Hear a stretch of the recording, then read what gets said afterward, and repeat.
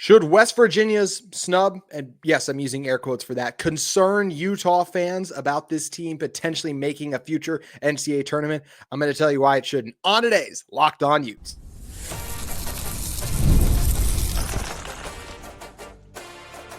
You are Locked On Utes, your daily podcast on the Utah Utes. Part of the Locked On Podcast Network, your team every day. Hello, everyone, and thank you for making Locked On Utes your first listen and view of the day. We are part of the Locked On Podcast Network, available wherever you get your podcasts, as well as on YouTube. If it's your first time listening to the show, make sure you like and subscribe. Today's episode of Locked On Utes is brought to you by FanDuel. Right now, new customers can get $200 in bonus bets when your first $5 bet wins at FanDuel right now. My name is JT Wistersill, former intern inside the University of Utah Athletic Department. And on today's show, I want to continue our spring ball series previews. We're going to talk about the running game, so the offensive line and the running backs, preview that unit, and close on the tight end room. And if Landen King will finally break out. But I want to start with the biggest news across the Big 12, and I do think what's the biggest takeaway from the NCAA tournament. And obviously Utah not in the NCAA tournament, but I think something happened, and especially the reaction to it is something that deserves discussion because it could relate to Utah. So for those of you who didn't see it, West Virginia was a Big 12 team that, look, they got Utah obviously twice, but that was a team that everyone thought was going to make the field of 68, and they didn't. They ended up being the 69th team. The 68th was North Carolina. And to say it was shocking it was completely startling. And the reaction to all of this has been West Virginia fans and college basketball fans. A lot of them incredibly frustrated, confused. And yes, I understand the optics because Bubba Cunningham, UNC's athletic director, he is the head of the NCAA selection committee. People then get frustrated. But I think it's also important to remember, and this has been said by Bubba Cunningham, this was said in the rules of the selection committee process long ago too. Like when UNC's brought up, Bubba Cunningham has to leave the room. So I do think, look, I know people are going to get in their tinfoil hat conspiracy, everything like that. I'm not here to do that. I believe this is a committee that has a long-standing tradition and relationship of maintaining this. I'm not going to doubt that about them. So talking about, should Utah be concerned because of what happened to West Virginia? And the answer to that, I think, is no, because what it came down to this at the end of the day was the committee made a decision between two flawed teams. Once again, this was the 68th team in. I don't think this came down to brand bias. I think it came down to other factors. So when you're comparing West Virginia and North Carolina, everyone has been talking about the quad one wins. That's the big thing everyone's pointed to. And yes, West Virginia has a better record against quad one teams. In fact, they're 6-10 versus quad one team. And North Carolina also has a quad three loss versus West Virginia does not have a quad three loss. So there's some things there, right? UNC just a one win. That's part of this, right? Quad one, quad two, quad three wins. That's part of the conversation.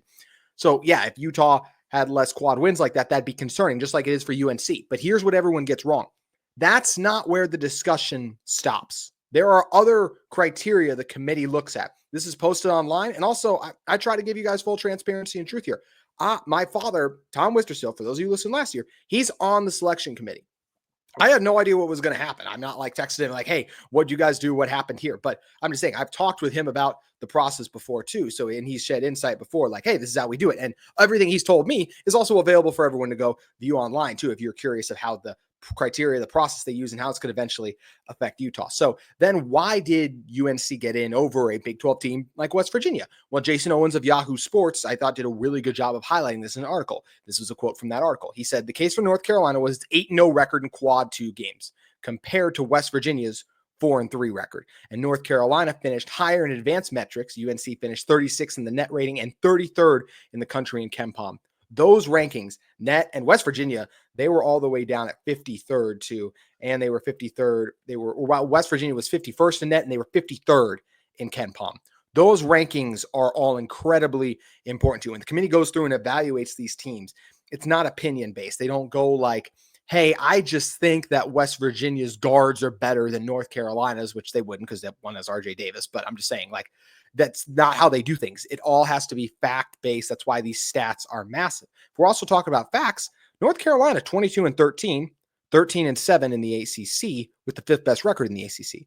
Big 12, West Virginia, 8th in the conference, 10-10 in conference action, 19-13 overall. Big 12, a tough conference. Yes, this year absolutely was. They got more teams in.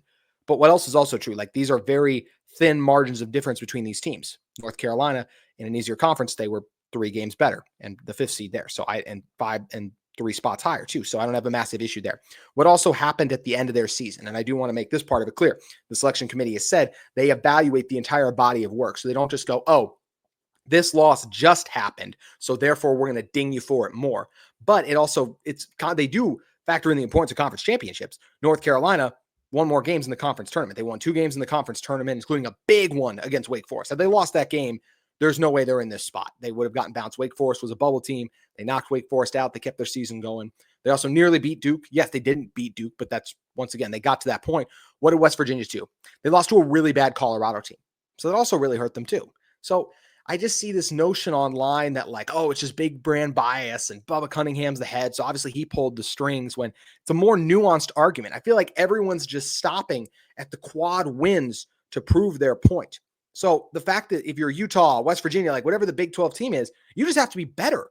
I mean, West Virginia left their fate up to chance when they lost to Colorado, when they were 8th in the conference, when they were just 10-10 in conference action.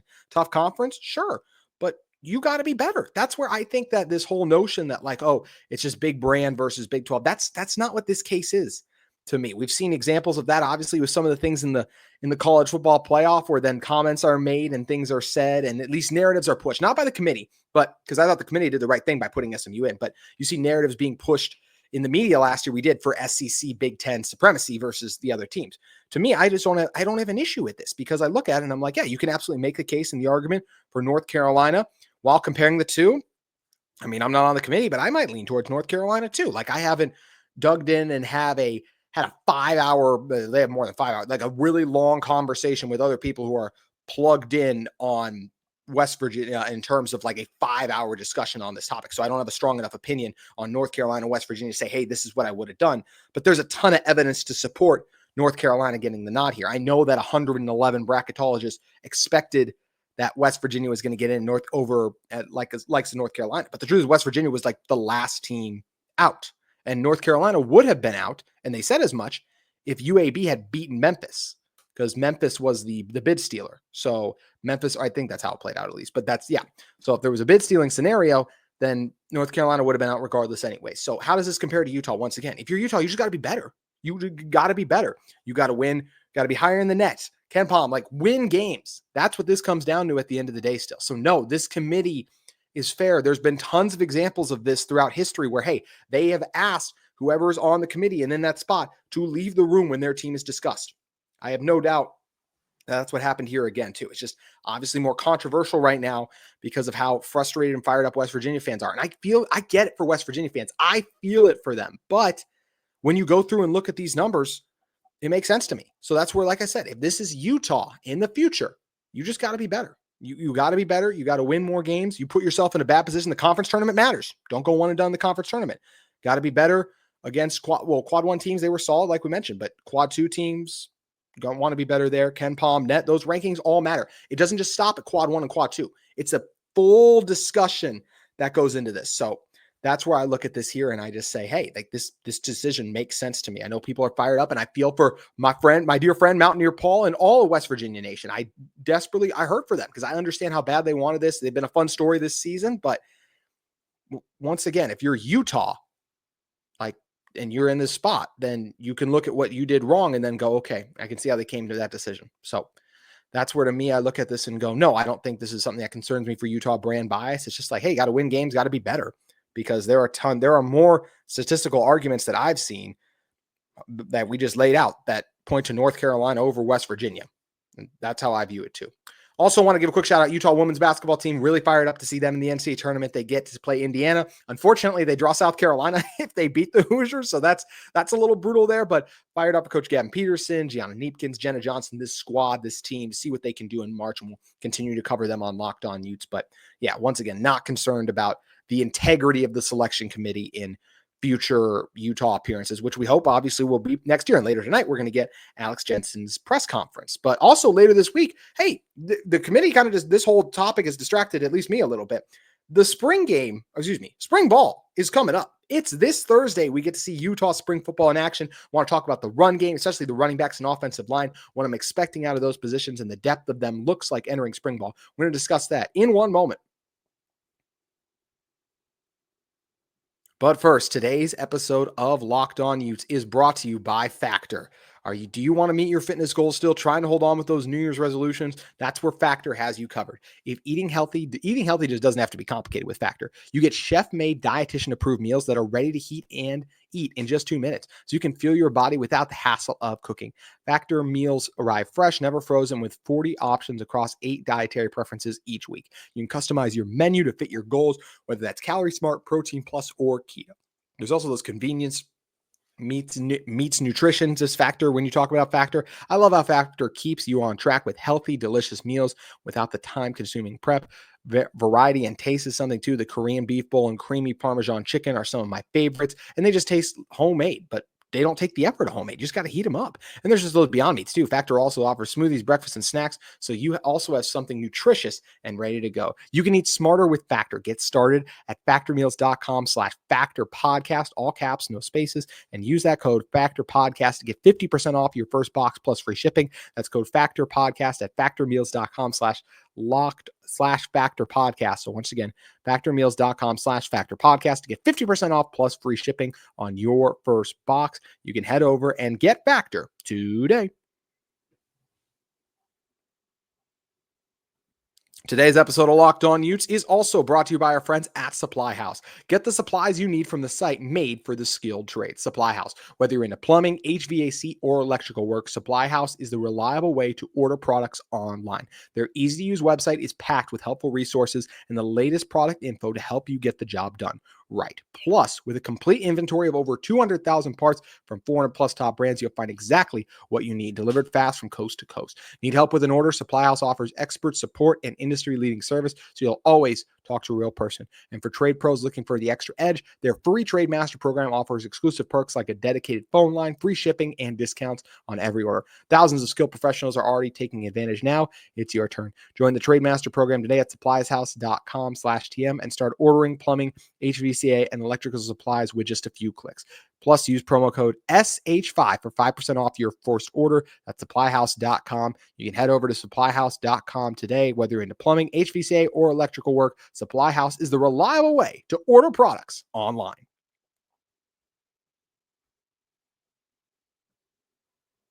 All right, talking all things spring ball. We're nearing the arrival of spring ball and want to talk today about a couple of the positions that we still need to preview before spring ball gets underway. We haven't gotten to talk a ton about the running backs. Talked a little bit about Wayshawn Parker, but this is the guy that I'm obviously most excited about. The Washington State transfer was just a true freshman a year ago for the Cougars. Transfers over with his running back coach, Coach Atuaya. So he comes over, and Parker's the guy. 137 carries, 735 yards, 4 touchdowns, nearly 5.5 yards per carry as a true freshman. This is Utah's top running back. This is a guy who's going to have a chance to go over 1,000 yards, depending on the performance of the offensive line and the workload.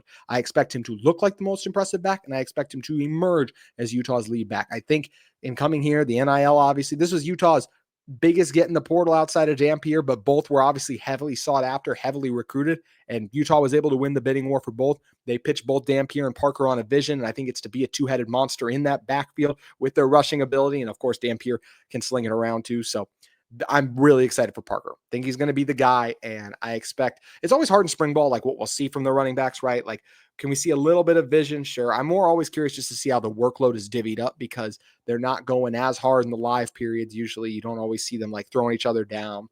They're blocking. It's like 75, maybe 50%, 50 to 75, I'll say, like just reverse it. But I do think it's something too, like where it's not going to be like, hey, you guys are getting thrown down. So a lot of these tackles, it'll look like, oh man, he ran for 20 yards, but it would actually been like, well, the D tackle linebacker would have made the stop there, but they're not trying to hurt each other because it is spring ball and you're preparing for a fall season. So Parker's a top guy. Who's after him? I do think it'll be Naquari Rogers, the New Mexico transfer. He's a guy who you look last year, what he did, totaled 382 yards on the ground with 5 touchdowns, averaged 5.2 yards per carry too. And he's a guy transferred in from Campbell before that. He's a senior, the veteran. He was the backup running back for the Lobos last year, and they're top back now with the Trojans. So what do I think that we're going to, in the USC Trojans, I guess there's other college football Trojans, so I should mention that. But Rogers to me is the guy. Parker is a 3-down back. And I do think he's the guy like, hey, if you need it, even on third downs, they're still going to air it out to Parker. He only had 108 yards last year. But Rogers, he's more the sledgehammer to me. Short down and distance, give him the ball, let him power his way through. Parker can do that for sure as well, but Rodgers, that's how he was used a lot with the Lobos last year, getting some of those goal line carries. Had a couple of nice games as well too, and I do expect him to be Utah's second running back right now, but I could see it where one of these other guys passes him up. I just think that the reliability, the senior, the veteran, the experience is going to pay off big for behind a veteran and a really experienced offensive line. So that's something I expect to be big. So who's running back 3? Because there's always injuries at this position, it feels like every year. I look at Devin Green, the sophomore from UNLV, saw action 11 games, 2 starts, had 29 carries for 123 yards and a touchdown too. Green's a guy, a 3-star recruit too, and I just do think that this guy, a former guy from California too, so he played his high school football in a elite state when it comes to high school football. I think he's going to be the guy here. I look at him as the third guy, and I think Green, just because of that experience, that's what I'm looking for. This is where it always becomes hard when you're trying to say like, hey, who's going to be how does the running back order shake out? Because there's some unknown guys, right? Like Mike Mitchell last year, he was surpassed Jalen Glover. We didn't get the chance to really see that coming. Like, how will a freshman like Daniel Bray, who's someone I'm very excited about, the Texas true freshman who's come on early, how is he going to be able to perform? I think he could be really good. We haven't gotten to see him yet. So I look at Green, I'm just going by experience. Parker, even though he's just a sophomore, he did the most as a freshman. Then you get Rodgers, the veteran, the senior, what he provides. Green did a couple good things at UNLV. Those are your top 3 backs as I see it. I think all of them are good. I think all of them are capable of producing for this Utah team. But all their production is going to come behind a Utah offensive line. So is there going to be any change-ups made along the Utah offensive line? Are they going to stick with the same 5 up front? It's not often you get all 5 starters returning. And I do think, at least going into spring ball, this is what I expect to be the starting offensive line. But I've said this many times before. I did not think the interior of the offensive line performed super strongly last year. Were teams packing the box, and that hurt the run game in part. But the interior of the offensive line also struggled to hold their blocks for long duration. Caleb Lomu, Spencer Fano, left tackle, right tackle, locked in, Sharpie, whatever the strongest ink you can use. That's like, it's going to be, that's what it is at tackle. The interior offensive line, I'm curious if there's going to be a shakeup. I do expect Michael Mokafisi. I mean, it's a 3-year starter, and he's done a lot of good things, struggling pass pro from time to time, but I mean, he won a Pac-12 championship starting his first year with this team. So going into now his 4th year as a starter, I'd be shocked if he wasn't in as right guard. But then Tano Tongai and Jaron Kump, of the two, I'd say I think Kump has the best chance to have his job taken, but I say that, and then he's been voted a captain. And I'm only saying that based on play.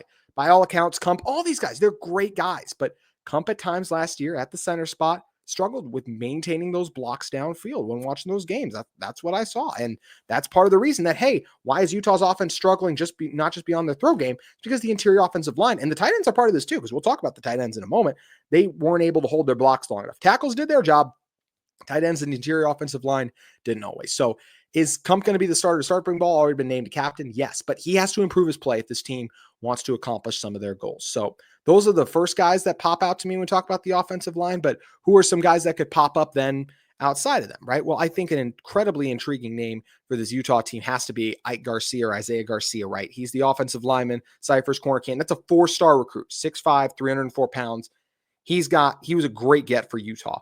We saw last year Utah's high recruits, their 4-star offensive linemen, Caleb Lomu and Spencer Fano, share the field, and it was great things. I hope Garcia is the guy who gets in on the interior offensive line. I'd love to see him start at center or maybe one of the guard spots, as I mentioned, for Tongai too, because the interior offensive line has to be better. So Garcia is a guy I could absolutely see stepping up. I see Keith Olson is a recruit. He came in last year in limited snaps, saw a little bit of time. The redshirt junior did. So that's another guy I look at and say, hey, I could see him coming in a little bit too. He made 2 starts against Iowa State and UCF, and the offensive line looked similar. So is Olson like, oh yeah, he's going to definitely start? No, I'm definitely not saying that too. And I look at it and I say Olson or Garcia are the 2 guys I look at and I go, I think they have the best chance to win a starting spot in fall camp. I did not think the offensive line, like a couple years going into last year, Oklahoma State returned all their offensive linemen. That offense, Oklahoma State, they fell apart. Offensive line didn't perform up to pup though. It wasn't good enough. So how does Utah avoid that? You got to play the best guys. Don't just let guys have jobs because they have experience. And that's something I absolutely hope that Utah sticks by and does, but do expect that at least going into spring camp and probably even leaving it, the starting 5 to remain the same. And then I'm hoping some of those guys in fall camp are able to potentially win it. Or, hey, if Jaron Kump, he's been at this team a long time. He's given everything to Utah. If he can improve, I would love to see him be the center spot. But I do think him, Tongai, and Mokafisi all have to if Utah wants to accomplish their goals in the Big 12. Speaking of improve, tight end play. got to be better for Utah this year if they want to be a team that's a threat in the Big 12. Jason Beck's offense not relying as heavily at tight ends in the past, but there is some talent in this room. And when they're on the field, you need to be better. So do I expect in the tight end room to step up? We'll be discussing that in one moment. Today's show is brought to you by FanDuel. FanDuel is ready for March because March Madness is here, and FanDuel is giving you the chance to get in on the action like never before. Right now, new customers get $200 in bonus bets when your first $5 bet wins. That's $200 extra bucks to use on everything from buzzer beaters to Cinderella stories and even who's cutting down the nets. I love FanDuel because I've got my eye on a few underdogs this year, and FanDuel makes it easy to pick them with the spreads, totals, and game procs. They also make it easy just to stay in the action. With tournament games happening almost every day, there's always something exciting to bet on. The FanDuel app is simple to use, and when I win, I get paid instantly. No waiting around. So visit FanDuel.com and get in on the college hoop action tomorrow. All tournament long, but I mean, it starts tomorrow night. I mean, there's games Tuesday. We already mentioned North Carolina. They'll play on Tuesday. They're part of that first four action. Wednesday, same thing too. We get those early four games. Then Thursday, Friday, Saturday, and Sunday. March is here, and it's going to be absolutely epic. I cannot wait to watch the incredible slate we have coming up at games. And we still got the NBA going on too. Playoff race is heating up. Jazz's tank also heating up too. NHL, MLB right around the corner getting underway. Make sure you guys head over to FanDuel Sportsbook today. Today's show is also brought to you by Post Direct. Post Direct is the place that you can discover. It's home to 4 of Salt Lake's newest and most stylish apartment buildings, the Register, Post House North, Post House South, and the 801 Flats. Each residence offers its own unique take on luxury urban living with features like waterfall kitchen, islands, floor-to-ceiling windows, vaulted ceilings, and spacious patios and walk-in closets. Enjoy premium amenities, including the city's largest residential gym, a year-round pool, golf simulator, massive TV wall for sports watch parties, and more, all anchored by a one-of-a-kind community. You're telling me I get a year-round pool, golf simulator, and March Madness TVs? Sign me up for that. Step outside and find yourself immersed in Salt Lake's hottest dining and nightlife scene with award-winning spots like Urban Hill, Mensho Ramen, Level Crossing, Malchoy Wine Bar, and Sunday's Best just steps away. Whether you're looking for a studio, 1, 2, or 3 bedroom, or even a penthouse, you can find your home today. Visit livepost.com or call 801-590-6247. And make sure you guys head over and you can mention this for an incentive to visit livepost.com or call the 801-590-6247 number today at livepost.com. Get in on the luxury, the food, the amenities. The Post Direct has it all in their 4 locations. Head over and visit livepost.com or call 801-590-6247 to learn more about Post Direct today. Talking about the tight end room, Landen King is a guy we've been waiting on him to break out a very long time with this team. And I feel like both of the last 2 years, he's been hampered by bad quarterback play. But King's a guy, the redshirt senior, he's been waiting his time.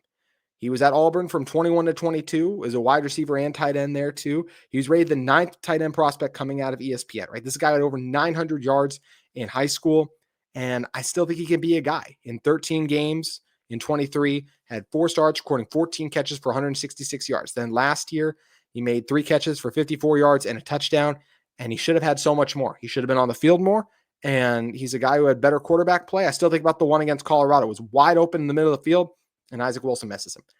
Those are mistakes that can't happen, and King is just the guy who's waiting to be maximized to me. Dallin Bentley is another guy that'll be used as a blocking tight end for this Utah team, but a guy who can do a couple of things too. I'm incredibly intrigued by Bear Tenney, 6'6" tight end with a ton of potential there as well. And it's like Hunter Andrews. I don't know if anyone saw this. He came to Utah as a linebacker. They moved him to running back once. Now he's a tight end. Like they continue to kind of shuffle him around too. Then you got a guy like Drew Clemens. What's the freshman going to do? So a lot of youth.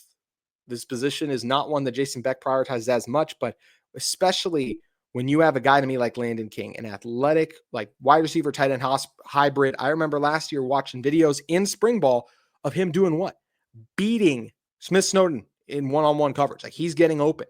King's a strong route runner. He's got a wide frame. He's got good hands. Got to be on the field. I expect Jason Beck, as he did in New Mexico, to maximize his players and help them be the best versions of themselves. And I do expect him to do that with Landen King. So I expect big things out of Landen King. Dallin Bentley, I'm curious to see how his role is used, but I do believe in short yardage situations, put him in, let him help run block and use him in some creative ways to get some yards too, because he's still a guy I think has potential with this team. But I'm really only looking at those two tight ends right now. We'll see if any of the young guys are able to step up. And I've never sold my Landen King stock, so I'm hoping Jason Beck's addition means big things for him. But how about, what do you guys see for all three of these positions? How do you see the backfield? Do you want to see a change on the offensive line, the tight end room? Do you think this is finally Landen King's breakout year? Make sure you leave a comment below. That is going to do it for today's Locked On Utes. Reminder, Locked On bracket breakdown as you covered. Let me know as well, who are you guys picking to win it all? I right now would love to pick Utah, but obviously they're not in it. The women's team, I could pick Utah, as we talked about earlier. But as for right now, I'm leaning towards Duke. I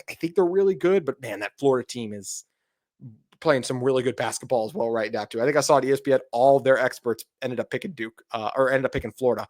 So that's a team that a lot of people are thinking of as well too. But either way, drop your guys' bracket predictions below and make sure you guys come back tomorrow. We'll be acting at Alex Jensen's introductory press conference. Hope you guys have a great time. Those of you going up to that. And we'll also be previewing the linebacker room. Utah spring ball gets underway this week. I'm stoked to have any sort of Utah football back. Appreciate all of you for making this your first listen every single day. Locked On College Football, Locked On College Basketball, and Locked On Big 12. All of you covered. If you're looking for a second, third, or even fourth listen today. Thank you again for tuning in to Locked On Utes. We'll see you tomorrow.